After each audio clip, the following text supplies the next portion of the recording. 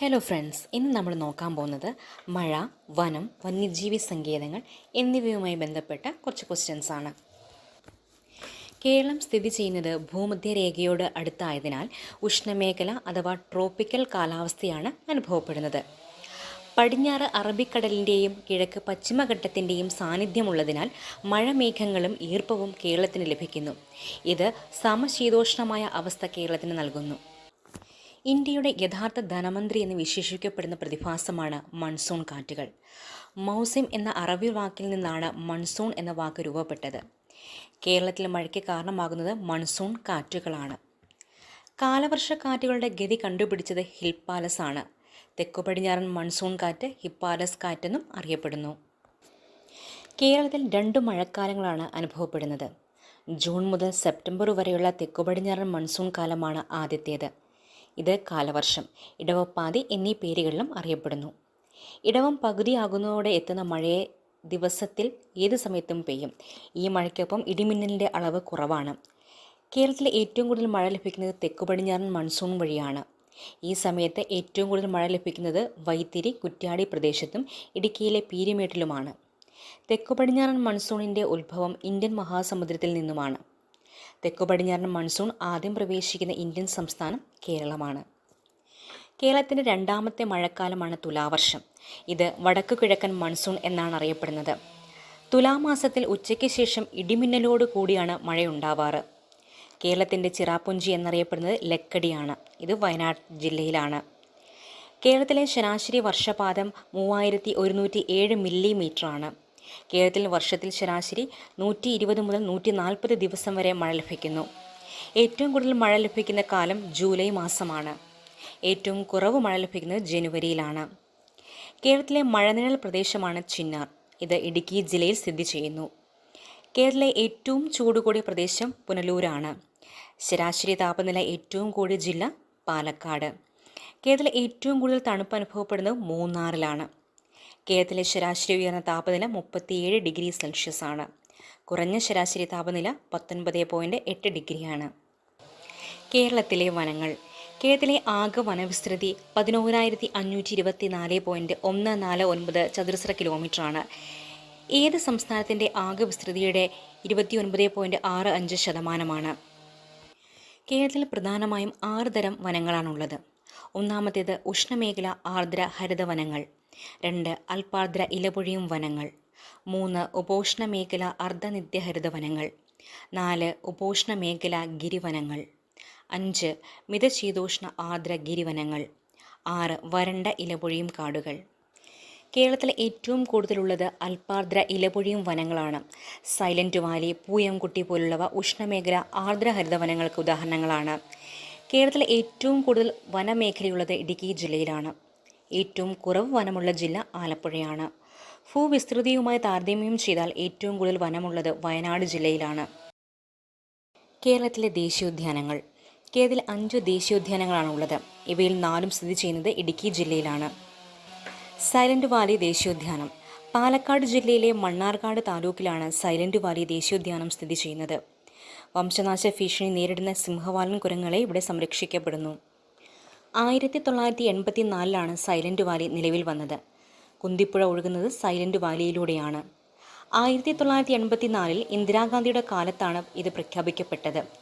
1985 September 7 അന്നത്തെ പ്രധാനമന്ത്രിയായ Rajiv Gandhi Silent Valley പദ്ധതി ഉദ്ഘാടനം ചെയ്തു. Eravikulam national park.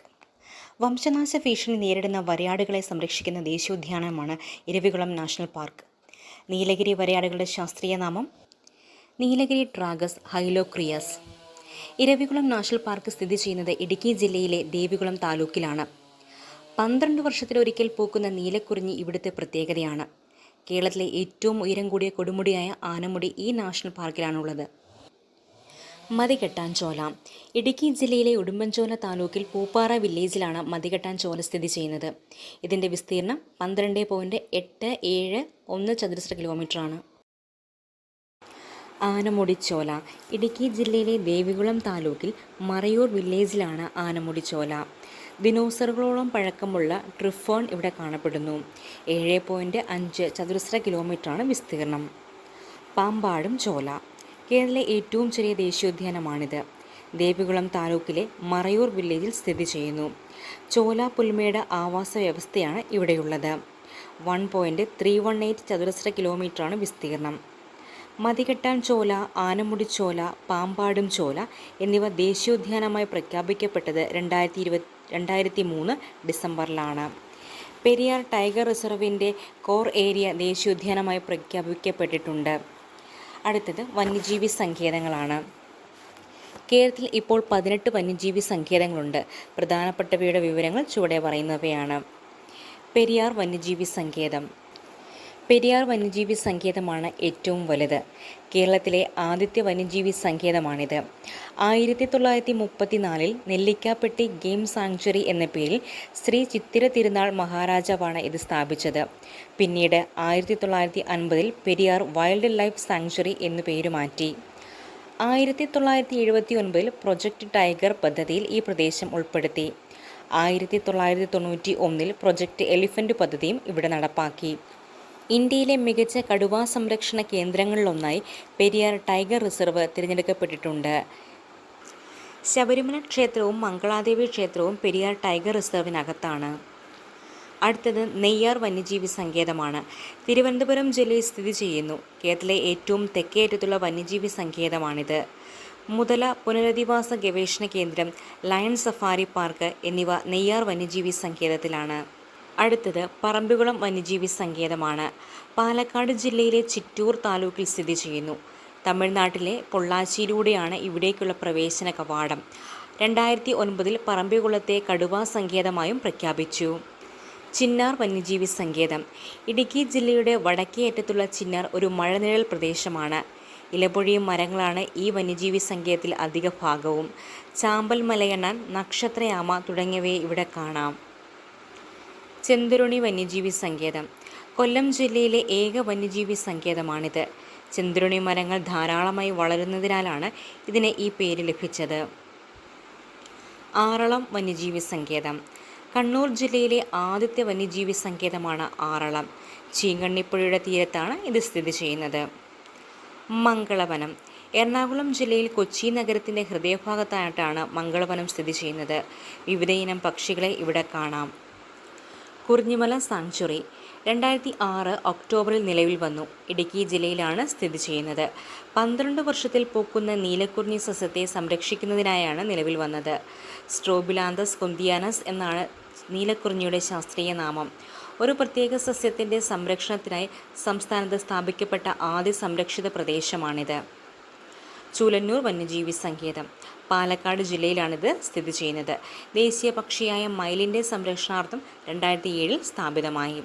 പ്രശസ്ത പക്ഷി നിരീക്ഷകനായ ഇന്ദുചൂടൻ്റെ സ്മരണാർത്ഥം സ്ഥാപിക്കപ്പെട്ട വന്യജീവി സങ്കേതമാണ് ചൂലന്നൂർ വന്യജീവി സങ്കേതം. മലബാർ വന്യജീവി സങ്കേതം. കോഴിക്കോട് ജില്ലയിലെ കൊയിലാണ്ടി താലൂക്കിൽ സ്ഥിതി ചെയ്യുന്നു. 2009 നിലവിൽ വന്നു. നീലഗിരി ബയോസ്ഫിയർ റിസർവിൻ്റെ പരിധിയിൽ വരുന്നു. കുറ്റ്യാടിപ്പുഴ ഇതുവഴിയാണ് ഒഴുകുന്നത്. കരിമ്പുഴ വന്യജീവി സങ്കേതം. കേരളത്തിലെ 18ാമത് വന്യജീവി സങ്കേതമാണ് കരിമ്പുഴ. മലപ്പുറം ജില്ലയിലെ നിലമ്പൂരിനടുത്ത് സ്ഥിതി ചെയ്യുന്നു. 2020 ജൂലൈ 3 നിലവിൽ വന്നിട്ടുള്ളത്. Community reserve. കേരളത്തിലെ ഏക കമ്മ്യൂണിറ്റി റിസർവാണ് കടലുണ്ടി കമ്മ്യൂണിറ്റി റിസർവ്. 2007 നിലവിൽ വന്നത്. കോഴിക്കോട്, മലപ്പുറം ജില്ലകളിലായിട്ടാണിത് സ്ഥിതി ചെയ്യുന്നത്. Biosphere reserve. കേരളത്തിൽ 2 ബയോസ്ഫിയർ റിസർവുകളുണ്ട്. Nilgiri biosphere reserve, Agasthyamala biosphere reserve എന്നിവയാണ് കേരളത്തിലെ ബയോസ്ഫിയർ റിസർവുകൾ. കേരളത്തിലെ ഏറ്റവും വിസ്തൃതമായ ബയോസ്ഫിയർ റിസർവ് അഗസ്ത്യമല ബയോസ്ഫിയർ റിസർവാണ്. വയനാട് വന്യജീവി സങ്കേതവും സൈലന്റ് വാലി നാഷണൽ പാർക്കും നീലഗിരി ബയോസ്ഫിയർ റിസർവിൻ്റെ ഭാഗമാണ്. ചെന്തരുണി വന്യജീവി സങ്കേതം അഗസ്ത്യമല ബയോസ്ഫിയർ റിസർവിൻ്റെ ഭാഗവുമാണ്. ഓക്കെ ഫ്രണ്ട്സ്, നെക്സ്റ്റ് ഒരു ടോപ്പിക്കുമായി അടുത്ത വീഡിയോയിൽ കാണാം. Thank U.